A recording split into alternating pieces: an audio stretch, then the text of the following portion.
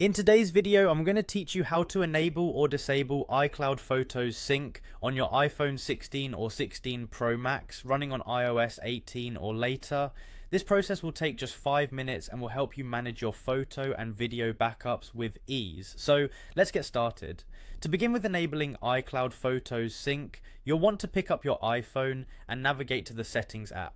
Once you open Settings, you'll see your name displayed at the very top of the menu.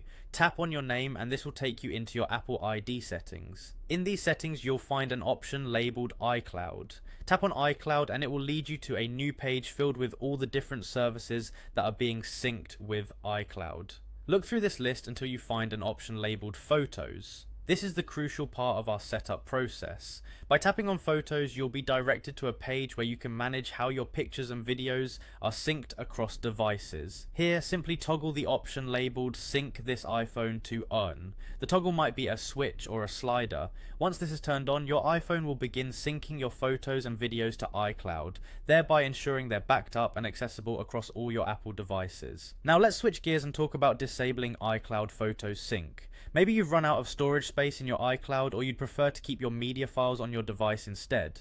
Disabling the sync might be the way to go. The steps to turn it off are very similar.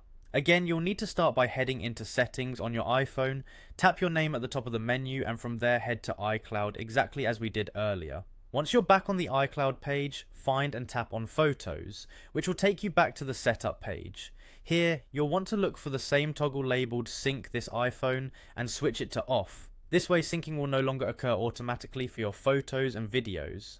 After switching this off, your iPhone will prompt you with an important decision. You'll have two choices: remove from iPhone or download photos and videos. If you choose remove from iPhone, the original photos and videos will be deleted from your device, freeing up space. Don't worry though, they're still safely stored in iCloud. If you opt for download photos and videos, your iPhone will keep local copies on your device. This might be ideal if you want to ensure you have access to your media without an internet connection. Once you make your selection, the process is complete. You've successfully disabled sync as per your choice. That's all there is to it.